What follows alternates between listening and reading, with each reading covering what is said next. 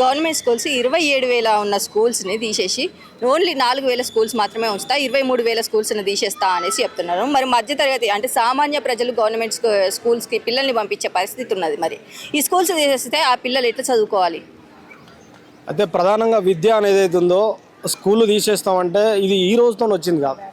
గత ఒక 20 సంవత్సరాల నుండి విద్యార్థులు డ్రాప్అవుట్స్ ఏమేమవుతున్నారు, అక్కడ ఉన్నటువంటి స్కూళ్ళల్లో ఉన్నటువంటి బిల్డింగ్స్ ఎందుకు అట్లా నాసిరకంగా ఉన్నాయి.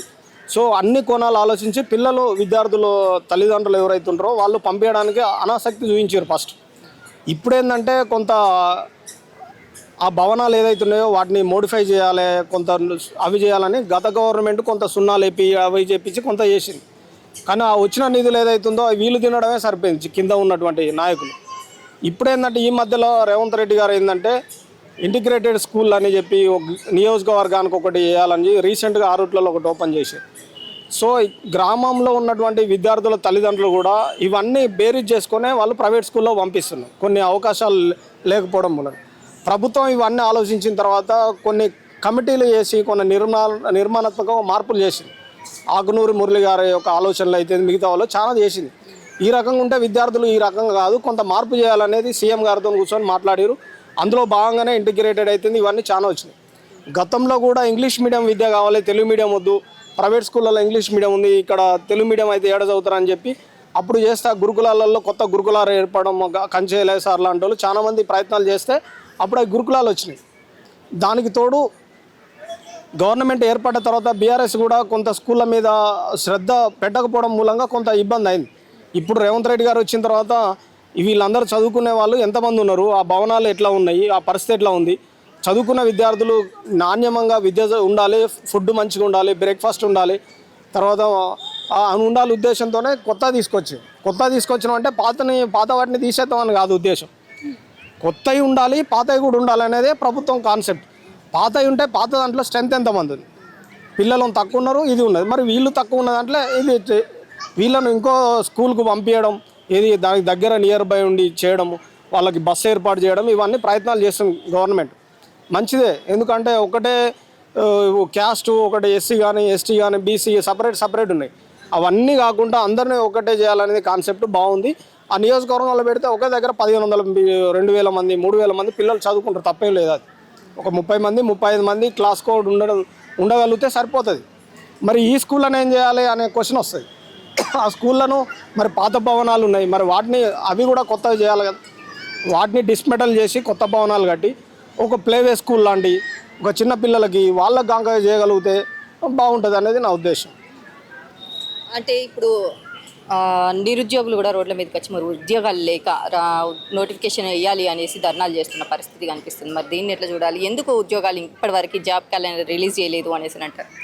జాబ్ క్యాలెండరు ప్రభుత్వం ఏర్పడ్డ కాంచి చాలా ఉద్యోగాలు ఎల్బీ స్టేడియంలో గౌరవ ముఖ్యమంత్రి గారు ఇచ్చేసారు. నియామక పత్రాలను ఆల్రెడీ ఎల్బీ స్టేడియంలో అందరికీ ఇచ్చేసారు. గురుకులు అయితే మిగతా ఉన్నట్టు చాలామంది ఇచ్చేసారు. ఎవరు ఉద్యోగాలకు సంబంధించినవి నియామకాలు ఇచ్చేసారు. ఇప్పుడేంటంటే నిరుద్యోగులు తెలంగాణలో నిరుద్యోగం ఎక్కువ ఉంటుంది. అసలు తెలంగాణ వచ్చిందే నీళ్లు నిధులు నియామకాలు. ప్రధాన ఉద్దేశం ఏంది, మా కొడుకు రేపు తెలంగాణ వస్తే ఉద్యోగం వస్తుందని తల్లి పంపించింది, తండ్రి పంపించిండు, కొడుకు పార్టీ ఉద్యమంలో పాల్గొన్నారు. ఇవి అందరూ చేశారు కాబట్టి తెలంగాణ ఏర్పడ్డది, రాష్ట్రం ఏర్పడ్డది. ఓకే, అయితే ఇక్కడ ఉన్న నిరుద్యోగం ఎందుకు పెరుగుతుందంటే ఫస్ట్ రిజర్వేషన్ ఎవరికి వస్తుంది, ఈడబ్ల్యూఎస్ రిజర్వేషన్ పెట్టడం మూలంగా చాలామంది నష్టపోతారు కదా. మరి వీళ్ళ ఉద్యోగాలు పోతున్నాయి. పోనీ ప్రైవేట్ రంగంలో రిజర్వేషన్ కల్పిస్తూ ఉంటే అది కూడా లేదు కదా. మరి స్థానికంగా హైదరాబాద్లో దాదాపు ఒక 10 లక్షల మంది సాఫ్ట్వేర్ ఉద్యోగాలు ఉంటే 10 లక్షల మంది తెలంగాణ వాళ్ళు ఎంతమంది ఉన్నారు?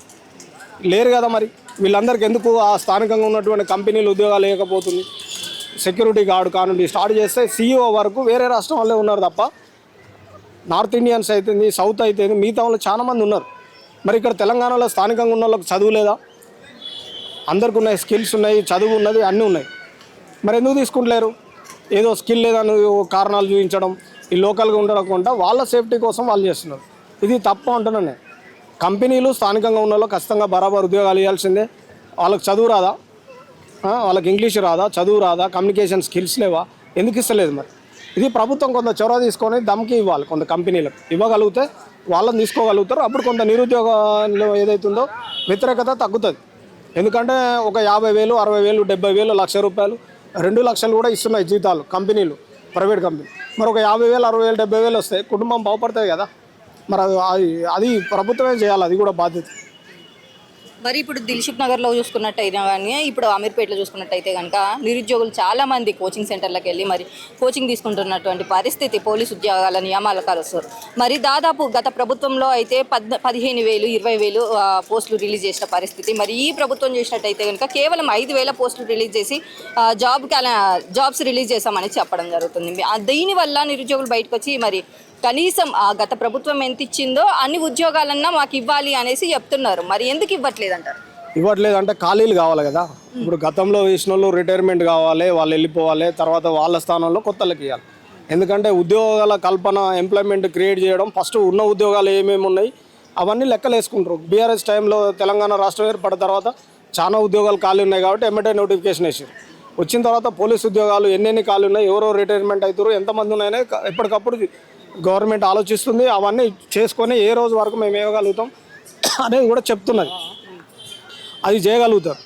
నేనేమంటే గ్రూప్ 1 కానుండి చూస్తే group 1, group 2, group 4, constable, SI అట్లా చాలా ఉద్యోగాలు ఉన్నాయి.